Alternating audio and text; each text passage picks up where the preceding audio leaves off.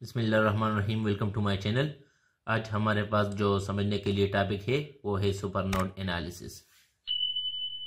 Supernode analysis का जो definition है वो है when the voltage source is connected between the reference node and non reference node.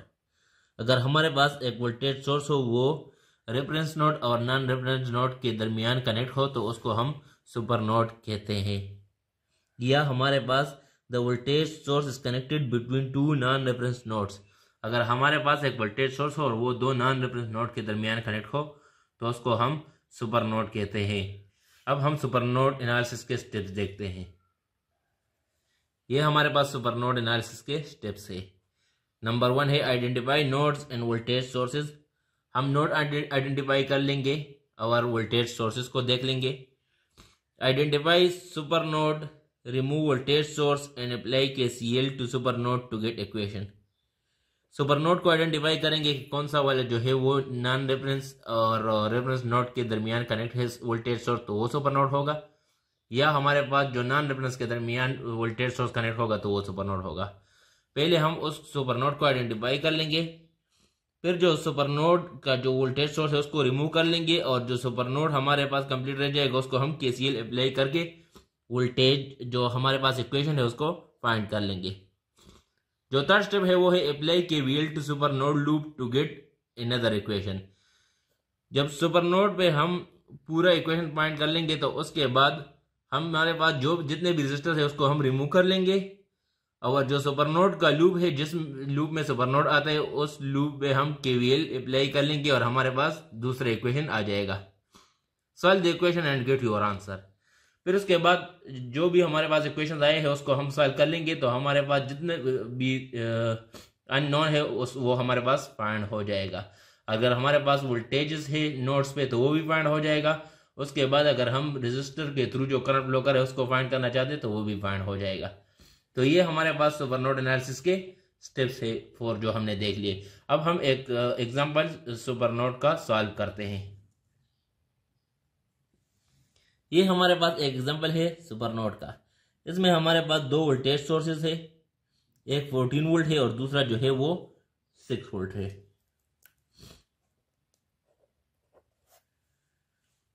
इसके बाद हम इसमें देखते हैं कि हमारे पास इसमें कितने नोड्स है। तो ये हमारे पास एक नोड हो गया जिसको हमने V1 नाम दे दिया। ये हमारे पास दूसरा नोड है जिसको हमने V2 नाम दे दिया। ये हमारे पास तीसरा नोड है जिसको हमने V3 नाम दे दिया। ये पूरा हमने इसलिए ले लिया क्योंकि यहाँ पे कोई ब्रांच कनेक्ट नहीं है। और ये हमारे पास V4 है जो हमने रेफरेंस नोड लिया है और जहाँ पे अर्थ हुआ है तो यहाँ पे जो वोल्टेज है पोटेंशियल जो है वो 0 होगा। वोल्टेज यहाँ पे V4 जो है वो 0 है। इसके बाद हमारे पास जो यहाँ पे करंट फ्लो कर रहे हैं वो I1 हमने ले लिया। यहाँ पे जो फ्लो कर रहे हैं वो I2 हमने ले लिया। यहाँ पे जो फ्लो कर रहे हैं वो हमने I ले लिया और यहाँ पे जो फ्लो कर रहे हैं वो हमने I3 ले लिया। अभी हमारे पास जो नोड्स है ये और ये नॉन रेफरेंस नोड है तो उसमें हमारे पास ये वोल्टेज सोर्स कनेक्टेड है तो इसलिए इसको हम सुपर नोड वोल्टेज देखते हैं। और इसके पैरेलल में हमारे पास ये रजिस्टर भी कनेक्ट है तो इसलिए हम इस वाले को सुपर नोड लेते हैं। ये हमारे पास सुपर नोड होगा। यहाँ पे हमने दोबारा ऊपर वाला नेटवर्क ड्रा किया है और इसमें हमने शो किया है कि ये वाले जो हमारे पास है ये हमारे पास सुपर नोड है। मतलब यहाँ पे जो करंट है यहाँ पे है, यहाँ पे है, यहाँ पे है, ये सारा सुपर नोड में। सुपर नोड का जो अपना वोल्टेज होता है वो 0 होता है तो सुपरनोड के पैरेलल में जो रजिस्टर होते हैं तो वो भी हम रिमूव कर लेते हैं क्योंकि पैरेलल में जो वोल्टेज होता है वो सेम होता है। तो अगर सुपरनोड का अपना वोल्टेज 0 है तो इट मीन्स कि यहाँ पे भी हमारे पास जो वोल्टेज है वो 0 होगा। तो V1 हमारे पास कांस्टेंट है 14 वोल्ट है तो इसलिए V1 हमारे पास ऑलरेडी मालूम हो गया कि वो 14 वोल्ट है। और बाकी इक्वेशन और नेटवर्क जो है हम आगे सॉल्व करते हैं। अब हमारे पास ये नेटवर्क है जिसमें हमने डॉटेड पॉइंट से सुपरनोड शो किया हुआ है। तो अब हम सुपरनोड पे KCL अप्लाई करेंगे और KCL हमारे पास क्या कहता है? KCL कहता है कि summation of current entering the node is equal to summation of current leaving the node. तो ये करंट हमारे पास एंटर कर रहा है, बाकी सब करंट जो है वो सुपरनोड से लीव कर रहे हैं। तो I1 is equal to I2 plus I plus I3। तो ये हमारे पास हो गया। अब हम ओम लॉ के थ्रू जो है I is equal to V/R के फॉर्म में इसको लिखते हैं। तो I1 is equal to V1 minus V2 divide by 4 ohm. I2 is equal V2 minus 0 divide by 3 ohm. इसलिए 0 लेते हैं कि ये हमारे पास जो V4 है वो 0 के बराबर था जो रेफरेंस है हमारे पास। आई जो है हमारे पास V3 minus 0 divide by 2 ohm और I3 जो है वो V3 minus 0 divide by 6 ohm. तो इसको हम फर्दर सॉल्व करते हैं। V1 minus V2 divide by 4 is equal to, इसका हमने एलसीएम ले लिया जो 6 आ गया और सॉल्व करके हमारे पास जो आ गया वो 2V2 plus 3V3 plus V3। अब इसको हम फर्दर सॉल्व करते हैं। ये हमारे पास आ गया, इसके बाद ये अपनी जगह पे आ गया और ये 2V2 अपने जगह plus 3V3 plus V3 is equal two plus 4V3। तो ये आ गया। अब हम क्रॉस मल्टीप्लीकेशन कर लेंगे तो 6 जो है इससे मल्टीप्लाई हो जाएगा, 4 जो है वो इससे मल्टीप्लाई हो जाएगा। 6 into V1 minus V2 is equal to 4 into 2V2 plus 4V3। तो ये 6V1 माइनस 6V2 आ गया और ये आ गया 8V2 प्लस 16V3। तो ये 6V1 अपने जगह माइनस 6V2 अपने जगह, ये इज इक्वल टू के दूसरे साइड चले गए तो ये minus 8V2 minus 16V3 is equal to 0।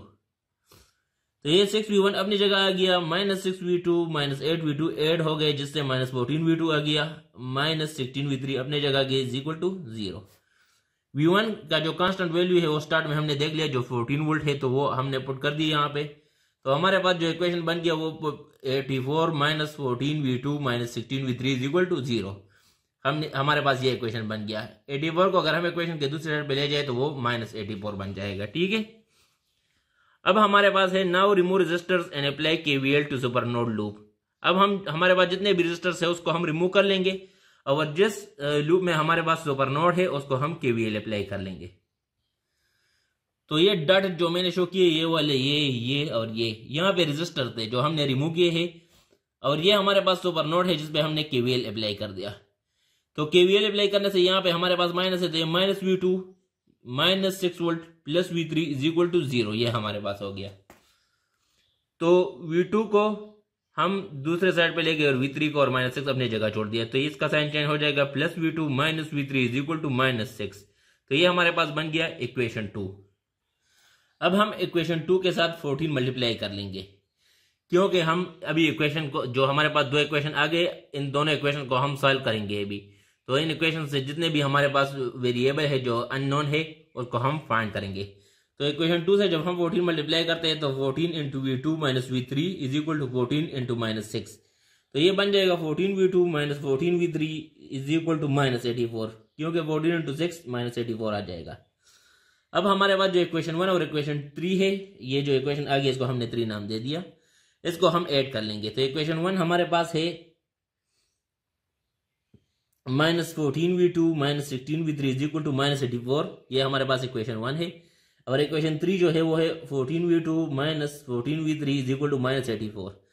तो ये माइनस 14V2 प्लस 14V2 एक दूसरे के साथ कैंसिल हो जाएगा, माइनस माइनस है दोनों के साथ, तो ये 16 और 14 ऐड हो जाएंगे जिससे हमारे पास 30V3 आ जाएगा और ये 84 ऐड हो जाएंगे तो 168 आ जाएगा और माइनस अपनी जगह। तो हम V3 को फाइंड करने के लिए दोनों साइड को 30 से डिवाइड कर लेते हैं, तो हमारे पास जो V3 आ जाएगा वो 5.6 वोल्ट आ जाएगा। अब हमारे पास V3 मालूम हो गया। अभी हमारे पास जो अननोन रह गया वो V2 रह गया और करंट I रह गया जो 2 ओम रेजिस्टर के थ्रू फ्लो कर रहा है, वो भी हम फाइंड करेंगे साथ में। तो अब हम V2 को फाइंड करते हैं और उस करंट को फाइंड करते हैं। ये अभी हमारे पास जो V3 की वैल्यू आई है 5.6 वोल्ट, उसको हम पुट करेंगे इक्वेशन 2 में। तो इक्वेशन 2 हमारे पास है V2 minus V3 is equal to minus 6। तो V2 और माइनस V3 की जगह हमने 5.6 पुट कर दिया इज इक्वल टू माइनस 6।